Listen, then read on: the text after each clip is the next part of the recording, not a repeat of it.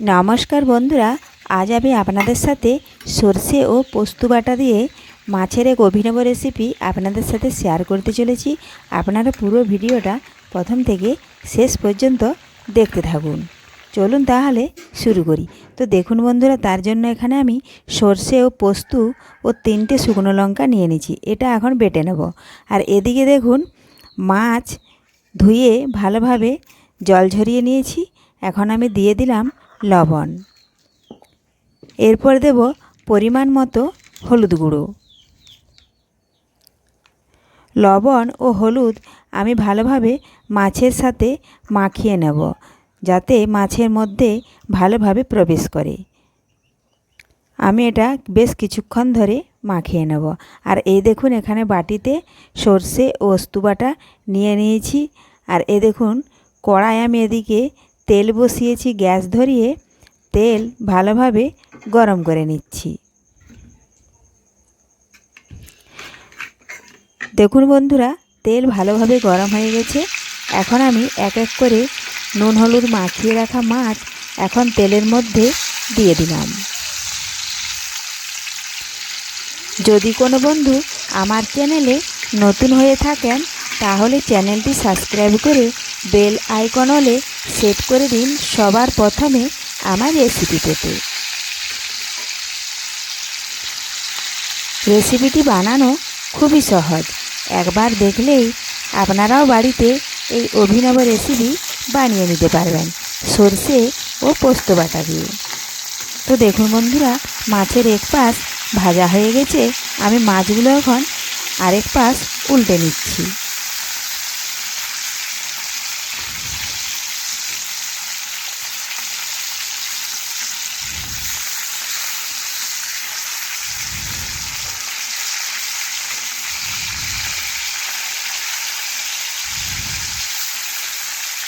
রান্নাটি ভালো লাগলে চ্যানেলটি বেশি বেশি করে লাইক ও শেয়ার করতে অবশ্যই ভুলবেন না। তো দেখুন বন্ধুরা, ভালোভাবে ভাজা হয়ে গেছে। আমি আবারও আরেক পাশ করে উল্টে নিচ্ছি। মাছগুলো একটু কড়া করে ভেজে নিতে হবে, এজন্য আমি একবার উল্টেছি, আবারও একবার উল্টে দিলাম।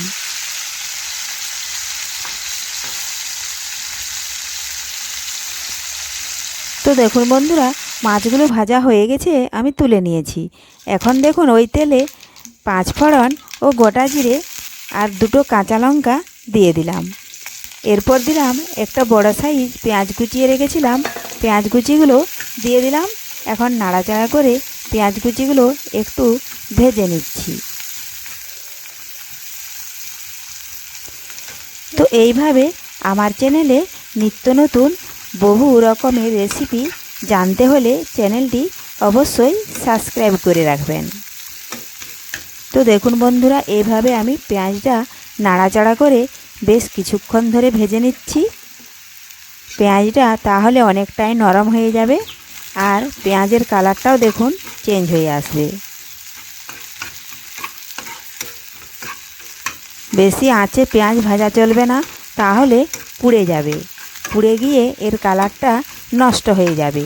এজন্য হালকা আঁচ দিয়ে আমি বেশ কিছুক্ষণ ধরে পেঁয়াজটা ভেজে নিচ্ছি। তো দেখুন বন্ধুরা, এইভাবে ভাজতে ভাজতে পেঁয়াজ ভাজা হয়ে গেছে। আর এ দেখুন, সর্ষে পোস্ত, তার সাথে দিয়েছিলাম হলুদ গুঁড়ো ও লঙ্কার গুঁড়ো। এখন একসাথে ভালোভাবে মিশিয়ে একটু আমি কষে নিচ্ছি। এই দেখুন, বাটিটা ধুয়ে একটু জলও দিয়ে দিলাম, দিয়ে আবারও আমি নাড়াচাড়া করে মিশিয়ে নেব লবণ। এই দেখুন, লবণ দিয়েছিলাম, সেটাও নাড়াচাড়া করে ভালোভাবে মিশিয়ে নিচ্ছি।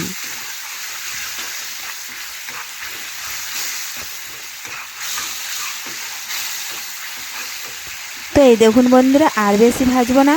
এখন আমি পরিমাণ মতো জল দিয়ে দেব।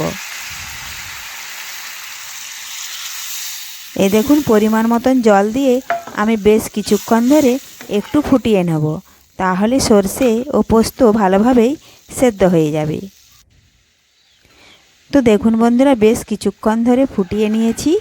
এখন মাছ ভেজে তুলে রেখেছিলাম সেই মাছগুলো এখন কড়ার মধ্যে এই দেখুন ঢেলে দিলাম।